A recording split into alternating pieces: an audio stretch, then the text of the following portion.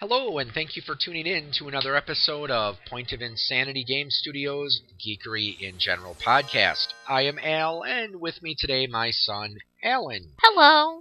Well, we used the Christmas money that Grandma gave him to go to our local used video game store, one of many in our area. This was one called Side Quest Games, located on College Avenue here in Appleton, Wisconsin. We never been there before. So we decided to go take a look-see, and oh, the wonders we saw, right, buddy? Mm-hmm.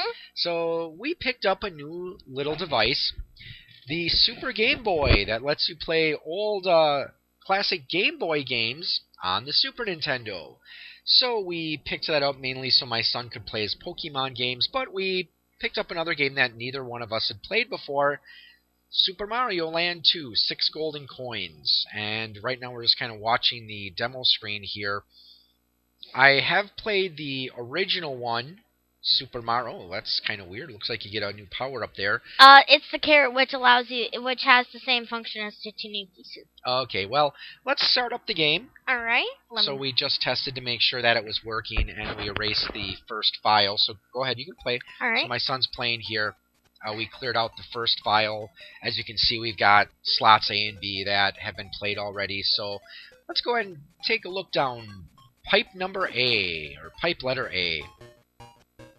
Let's start. So it looks like it's very similar in its presentation to like Super Mario Bros. 3 and Super Mario World and a lot of the other Super Mario games where it's like you have that world map and then you get to choose different worlds to go to. Okay, our mushroom power-up. Classic. Oh, you got hit by a Goomba. So, since this is a Game Boy game, the controls are going to be fairly simple. Just B to run, A to jump. Because, like the original NES, of course, the Game Boy only had 2 buttons. It wasn't until the Super Nintendo that we started to get more buttons that we had to fiddle fart around with.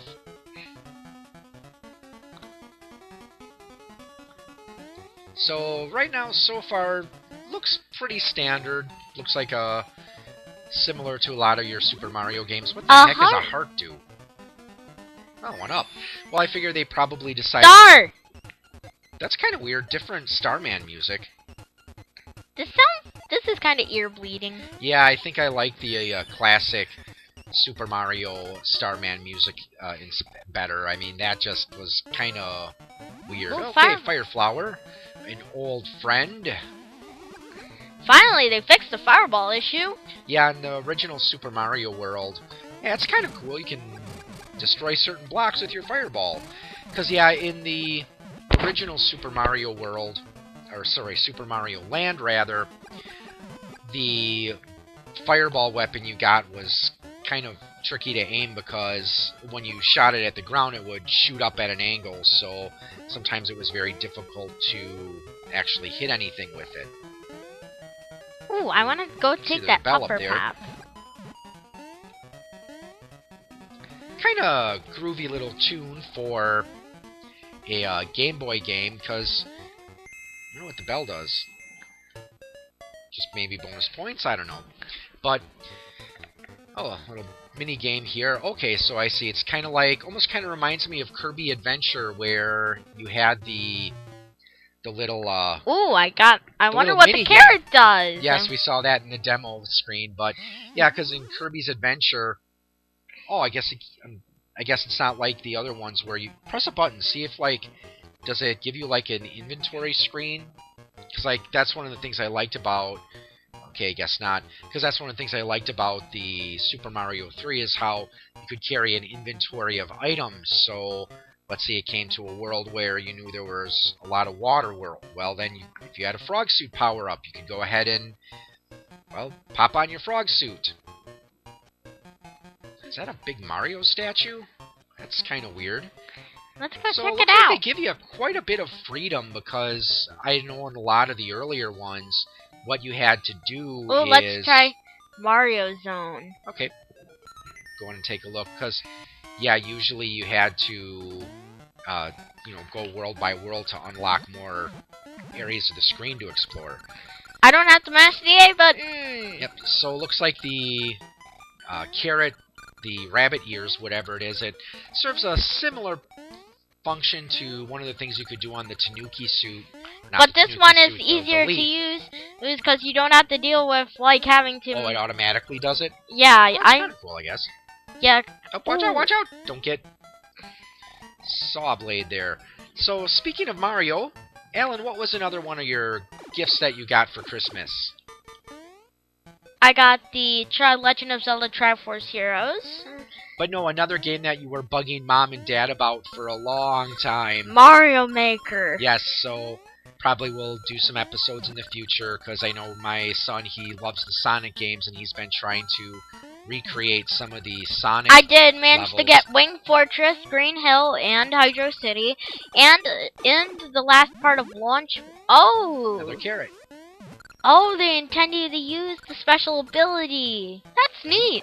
So yeah, we might do a few episodes on Super Mario Maker later on. Seems like a pretty interesting game to kind of just mess around with.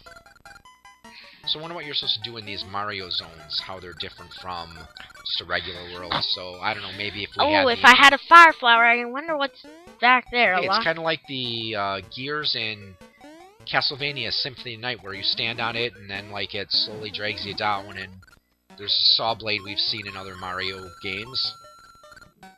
Oh, careful, careful, careful! Ah! Oh.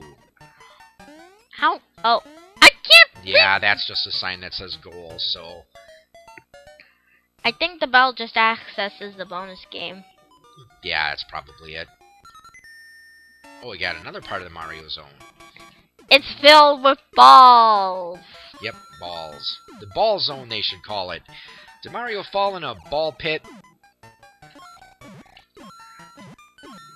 This zone just weirds me out already.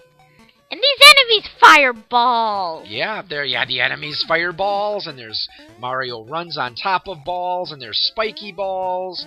I was almost going to say there's flying balls, but it's just a flying... This stage has balls.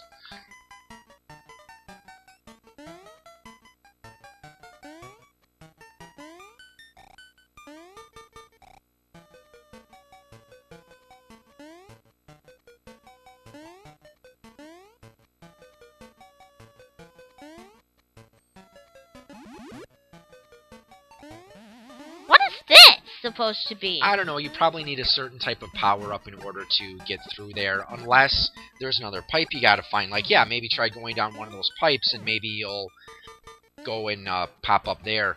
Oh, and there's something riding balls! A teddy bear riding balls! Does that look like a teddy bear, or is that just me? Okay, so yeah, it looks like if you go... But I was gonna say, I think probably the reason they used the hearts for the one-ups is because that way they didn't look too much like the regular mushrooms, because of course with this game being on the Game Boy, you only had, you know, a couple of colors you could work with. So uh-oh, can you get up without getting Goomba'd? Oh, that's okay, you got a one-up for your troubles. Back to the ball zone. This zone is ball. Oh. That was a close call, but then I was about to say it was a close call, but you got hit. And yep, there's something else shooting balls at you. And it shoots diagonal. Yeah, they're cheap. Piggy shooting balls. Oh. Ah. And they even changed the game over tune, so that was kind of weird. And you know, okay, I shouldn't go there, but you think about it, okay, the ball zone. Now, for those of you who are watching the video of this on YouTube, look where it is located on Mario. And that's the stage where they put all sorts of balls. I don't think they thought that through very well. But I think we're going to call this an episode. This was just kind of a short little impromptu episode my son and I decided to do. So, kind of nice now that we've got this, I can introduce my son to some of the Game Boy games that I played when I was a kid.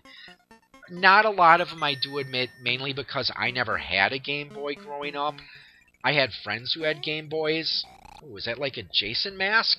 With a knife sticking out of his head? That's kind of dark for a Mario game. The Pumpkin Zone. I guess that's like the Halloween level. So maybe on Halloween we'll have to do a playthrough of the Pumpkin Zone. But like I said, I never really had a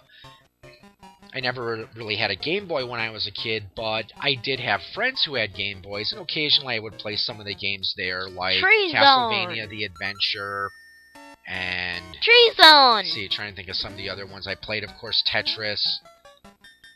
But this opens up a whole new realm of possibilities. You got killed by a frog! But this leaves a whole new realm of possibilities for games that we can talk about. A lot of potential here for my retro reviews I do occasionally. But with that said then, I'd like to thank you all for tuning in. If you're just listening to the audio of this episode, go to Point of Insanity Game Studios channel on YouTube, and you can check out the video and see what I mean by... now you're floating around in bubbles. So you can see what I mean when I said the ball zone in Mario. But anyways, thanks again for tuning in, and have a good evening, or morning, or afternoon, whatever it is, wherever I gotta you go are, get another ball! and happy gaming.